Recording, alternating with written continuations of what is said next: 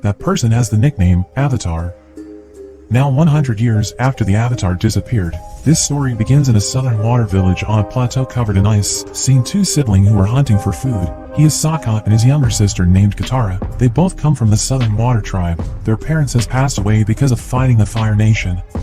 Now in the southern water village, Katara is the only person left who can control the water element. Because she hasn't mastered it yet, she often gets her brother's clothes wet.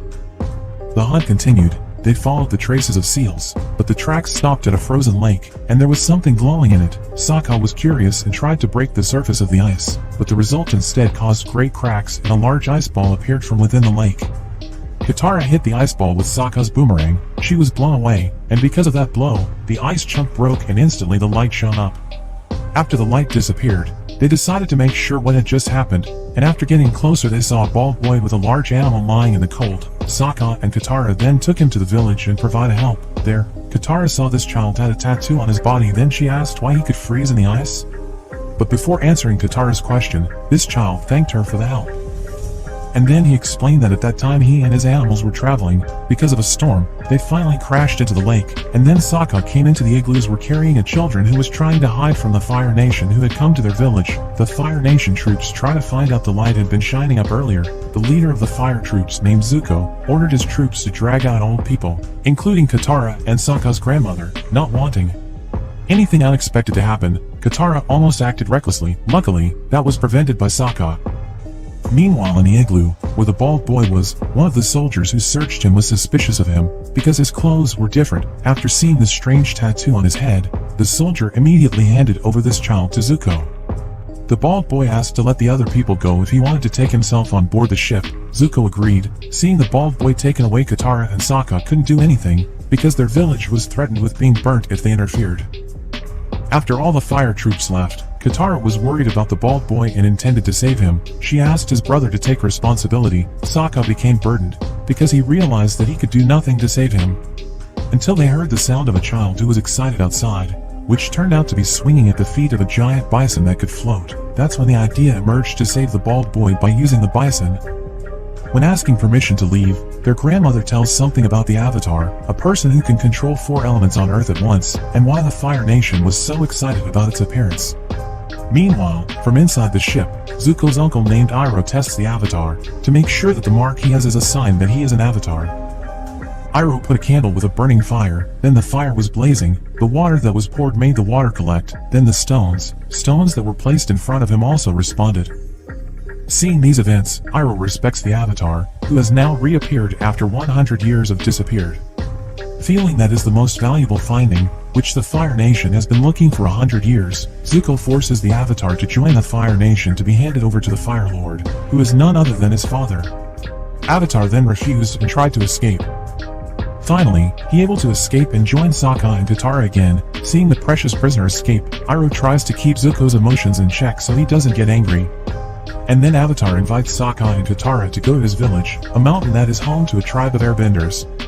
At the temple, which is located on a hill, Avatar doesn't realize that the Fire Nation has killed all of his friends, the temple monks.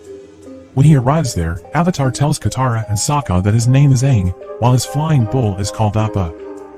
Aang began to feel strange, because he saw no one in his village, only white animals flying towards him. While tracing the village, Aang kept yelling to call his friend. Katara, who had just realized something, she approached Aang in a low tone and she talked about the dark events that had happened once to the Fire Nation, who killed all the airbenders.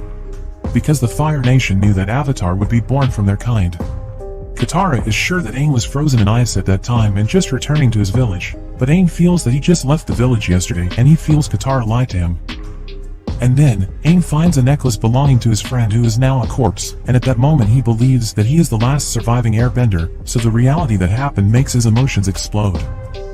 In this mode, Aang entered his subconscious and was connected to a dragon spirit figure, but Aang realized because Katara kept calling out his name. Meanwhile, on a warship in the territorial waters of the Fire Nation, Zuko and Iroh were invited to dinner by a commander of the Fire Nation. His name is Zhao. But before the dinner begins, Zhao taunts Zuko in front of his troops by saying that having abandoned Prince Zuko for being weak, Zuko will only be acknowledged by his father if he brings back the Avatar. Commander Zhao's sarcasm made Zuko angry. Before leaving, Zuko promised to bring Zhao to his knees, because he was sure he would drag the Avatar to the Fire Nation. Meanwhile on the way, Aang, Katara, and Sokka were surprised by the appearance of a Fire Nation warrior who was chasing a girl, and the girl ran into them. To hide its identity as an Avatar, Aang immediately covered the tattoo on his head by using his hoodie. In order to protect the girl, Katara tries to use her abilities to drive away the Fire Nation troops, but again, Sokka becomes the victim. They were all eventually caught and taken to a village of Earthbenders, which is the Fire Nation, and enslaved the entire population at will. All Earthbenders are forced to work for the Fire Nation, from morning to noon, and from noon to night, from night to morning. With the oppression that occurred, Aang tried to awaken the population to rise up against the Fire Nation, and then Aang showed them that the Avatar had returned.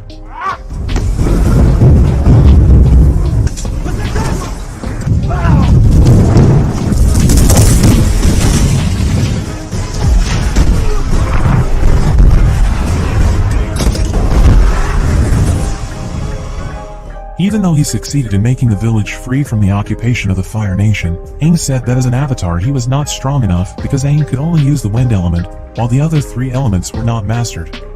When his teacher told him that Aang was the next Avatar, Aang ran away because he felt he could not accept the task of an Avatar who had great responsibility for the four nations, even though at that time Aang's teacher intended to train him to control the other three elements. And then Sokka suggested to Aang to go on a journey looking for a teacher who could teach other elements. Not wanting to waste time, Aang started the journey. The king said that there was a child who helped the residents to rebel and had driven out his army in a region. The child claimed himself to be the Avatar. The king, Zhao, prepared a cunning plan to capture Avatar. Meanwhile, when Sokka and Katara were resting, Aang decided to left for a while with Appa to meditate at the Wind Temple in the north. Arriving there, an old monk guarding the temple realizes that Aang is the Avatar. He welcomes Aang and shows him statues of Avatars from generation to generation. When Aang was watching the Avatar statues of his predecessors, suddenly the old monk apologized for leading Aang into the trap that Commander Zhao had prepared. Aang was taken to a room and tied to chains, and he tried to enter the subconscious to ask for guidance from the Dragon Spirit. The Dragon Spirit then orders Aang to go to the Northern Kingdom of Water, because there is a great waterbender who can control Aang's process as an Avatar. After communicating with the Dragon Spirit, Aang realized that he saw Commander Zhao in front of him. Commander Zhao was surprised because the Avatar that should be hundreds of years old, why it was still a child. After confirming the Avatar was shackled with Zhao, and then he spoke in front of the entire Fire Army. He said that there would be no threat the Avatar could make. When Zhao was giving a speech, a mysterious figure wearing a mask was seen trying to infiltrate inside. While killing one guard after another, he entered the room where Aang was and tried to take him free, but his actions were intercepted by Commander Zhao. Therefore, Zhao confronted the intruder who was trying to take away the Avatar. Without any way to escape, this intruder threatens to kill Avatar, a prized captive to Commander Zhao. As soon as they managed to reach the outer gate, the arrows fired by the soldiers hit the intruder's mask. Aang wanted to know the figure behind the mask, then opened it. Aang was surprised because the man behind the mask is Zuko. Aang immediately took Zuko while he unconscious to the safe place. After that, he returned to meet Katara and Sokka to continue the journey, according to the orders of the Dragon Spirit, to go to the northern Kingdom of Water. The Kingdom of Water that located in the Northern Hemisphere. Hearing this, the King of Fire Kingdom mobilized his large army to hunt down the Avatar, as well as prepare to invade an area that had never been conquered, namely the Northern Kingdom of Water. Not long after that, Aang and the others arrived at the Northern Palace, the Kingdom of Water. They introduced themselves in front of the princess and royal officials. And then, Aang shows himself that he is the Avatar, the only remaining Windbender. Due to a royal honor that they were visited by Avatars, the princess Namju allowed them to stay and study waterbending. Aang continued to practice day by day under the guidance of a water elemental master. Aang was finally able to master the element quickly. With the tense atmosphere, Sokka tried to lighten the mood by taking Princess Yu for a walk, the two of them telling each other life stories about the water tribes of their respective tribes. At this moment it looks like they fell in love with each other. After sailing across the high seas, the Fire Nation finally came with its fleet, which consisted of dozens of warships, and prepared to invade the region. Meanwhile, Zuko, intending to get ahead of Commander Zhao's troop, finds the Avatar and begins to move into the bastion through the underwater passage. While the Kingdom of Water was busy preparing its troops, Zuko saw him running towards somewhere. Yu and the others took Aang to a place that was sacred to the Northern Water Tribe, so he could meditate to meet the Dragon Spirit. After that, Yu and Sokka returned to see the emergency situation outside, while Katara chose to stay where Aang was to meditate. Not long after that, Zuko, who followed them, appeared while carrying a torch to attack Katara. After defeating Katara, Zuko then brought Aang, whose consciousness was in somewhere else. Aang returns to see the Dragon Spirit to ask how to defeat the Fire Nation. The Dragon Spirit asks Aang not to hurt anyone, even though the Fire Nation makes chaos everywhere. Not all residents of the Fire Nation are evil, but only some people make it look evil. Because the main task of an Avatar is balancing the Dragon Spirit, then ordering Aang to finish the war wisely. And the only way that Aang can stop the war is with ocean water. Aang woke up already bound. When he saw Zuko, he tried to escape. At the same time the conditions outside were getting chaotic. The Fire Nation troops began to break into the fort. In the midst of the war that had already started, Commander Zhao told Iroh that he had information about Weakness's waterbender. While Aang was fighting Zuko, Katara came to help him. Through the water element, Katara managed to make Zuko freeze. Commander Zhao knew that his water-bending abilities would get stronger when the moon appears. He immediately drew up a floor plan to trace the place where the incarnation of the moon spirit, which is the source of the power of the waterbenders. After arriving, Zhao immediately caught the fish and tried to stab it, even though General Iroh forbade it because it could upset the balance of the world. But Zhao still did it. Realizing that General Iroh is in a rage, Zhao runs away. Meanwhile, without the spirit fish, all the waterbenders lose their brand abilities. Seeing this, Princess Hu was very sad. She intended to sacrifice herself to save her people from being colonized by the Fire Nation. Sokka, who started his meeting with Princess Hu with love, of course forbade her to do that, and because there was no other way to revive the moon spirit, Hu finally sacrificed herself. After the condition recovered, four waterbenders immediately confronted Zhao, and Zhao died in their hands.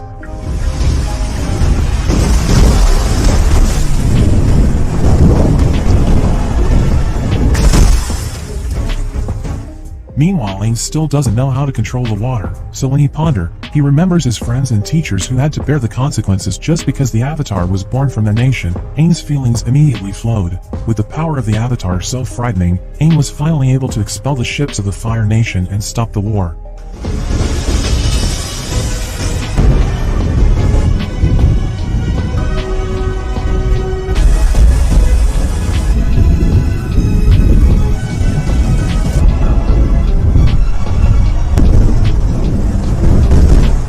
After a while, Katara and Sokka help him down the stairs. The film closes by showing the Northern Water Troops and Fire Nation troops gathered to wait for Aang to come down, to pay respects and acknowledge that Aang is their Avatar.